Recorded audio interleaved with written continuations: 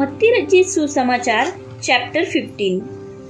तब यरूशलेम से कुछ फरीसी और शास्त्री यीशु के पास आकर कहने लगे, तेरे चेले पूर्वजों की परंपराओं को क्यों टालते हैं कि बिना हाथ धोए रोटी खाते हैं?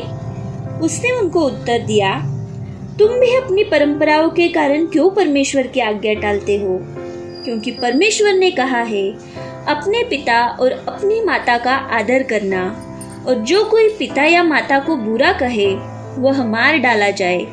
पर तुम कहते हो कि यदि कोई अपने पिता या माता से कहे, जो कुछ तुझे मुझसे लाभ पहुंच सकता था वह परमेश्वर को भेंट चढ़ाया जा चुका, तो वह अपने पिता का आदर न करे। इस प्रकार तुमने अपनी परंपरा के कारण परमेश्वर का वचन टाल दिया।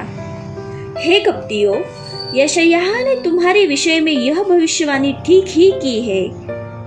ये लोग होठों से तो मेरा आदर करते हैं, पर उनका मन मुझसे दूर रहता है, और ये मेरी व्यर्थ उपासना करते हैं, क्योंकि मनुष्यों की विधियों को धर्मोपदेश करके सिखाते हैं। तब उसने लोगों को अपने पास बुलाकर उनसे कहा, सुनो और समझो। जो मुंह में जाता है वह मनुष्य को अशुद्ध नहीं करता, पर जो मुंह से निकलता है वही मनुष्य को अशुद्ध करता है। तब चेलों ने आकर उससे कहा, क्या तू जानता है कि फरीसियों ने यह वचन सुनकर ठोकर खाई? उसने उत्तर दिया, हर पौधा जो मेरे स्वर्गीय पिता ने नहीं लगाया उखाड़ा जाएगा। उनको जाने दो, वे अंधे मार्गदर्शक है, और अंधा यदि अंधे को मार्ग दिखाए तो दोनों ही गड्ढे में गिर जाएंगे। यह सुनकर पतरस ने उससे कहा, यह दृष्टांत हमें समझा दे। उसने कहा, क्या तुम भी अब तक नासमझ हो? क्या तुम नहीं जानते कि जो कुछ मुंह में जाता वह पेट में पड़ता है और संडास से निकल जाता है, पर जो कुछ मुंह से निकलता है वह मन से निकलता है, और वही मनुष्य को अशुद्ध करता है।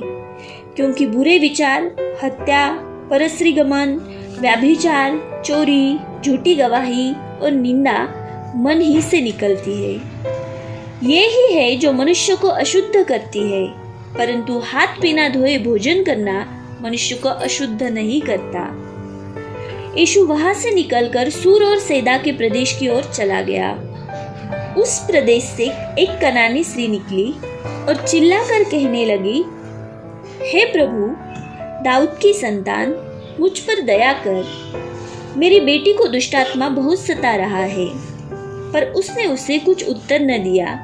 तब उसके चेलों ने आकर उससे विनती की, इसे विदा कर, क्योंकि वह हमारे पीछे चिल्लाती हुई आ रही है।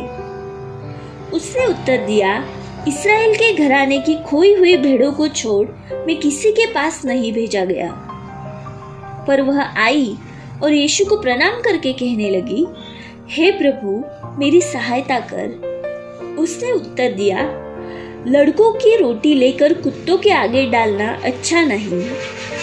उसने कहा, सत्य है प्रभु, पर कुत्ते भी वह चूर-चार खाते हैं जो उनके स्वामियों की मेज से गिरते हैं। इस पर यीशु ने उसको उत्तर दिया, हे स्त्री, तेरा विश्वास बड़ा है, जैसा तू चाहती है तेरे लिए वैसा ही हो।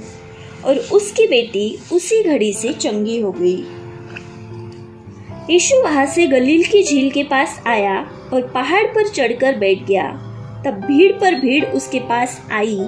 वे अपने साथ लंगड़ों, अंधों, गूंगों, टुंडों और अन्य बहुतों को उसके पास लाए और उन्हें उसके पांवों पर डाल दिया, और उसने उन्हें चंगा किया। जब लोगों ने देखा कि गूंगे बोलते और टुंडे चंगे होते और लंगड़े चलते और अंधे देखते हैं, तो अचंभा करके इस्राएल के परमेश्वर की बड़ाई की। यीशु ने अपने चेलों को बुलाया और कहा, मुझे इस भीड़ पर तरस आता है, क्योंकि वे 3 दिन से मेरे साथ हैं और उनके पास कुछ खाने को नहीं है। मैं उन्हें भूखा विदा करना नहीं चाहता, कहीं ऐसा न हो कि मार्ग में थक कर रह जाए। चेलों ने उससे कहा, हमें इस जंगल में कहाँ से इतनी रोटी मिलेगी कि हम इतनी बड़ी भीड़ को तृप्त करें? यीशु ने उनसे पूछा, तुम्हारे पास कितनी रोटियां हैं? उन्होंने कहा 7 और थोड़ी सी छोटी मछलियाँ। तब उसने लोगों को भूमि पर बैठने की आज्ञा दी और उन 7 रोटियों और मछलियों को लिया, धन्यवाद करके तोड़ा और अपने चेलों को देता गया, और चेले लोगों को इस प्रकार सब खाकर तृप्त हो गए। और चेलों ने बचे हुए टुकड़ों से भरे हुए 7 टोकरे उठाए। खाने वाले स्त्रियों और बालकों को छोड़ 4000 पुरुष थे। तब वह भीड़ को विदा करके नाव पर चढ़ गया और मगदन देश को सीमा में आया।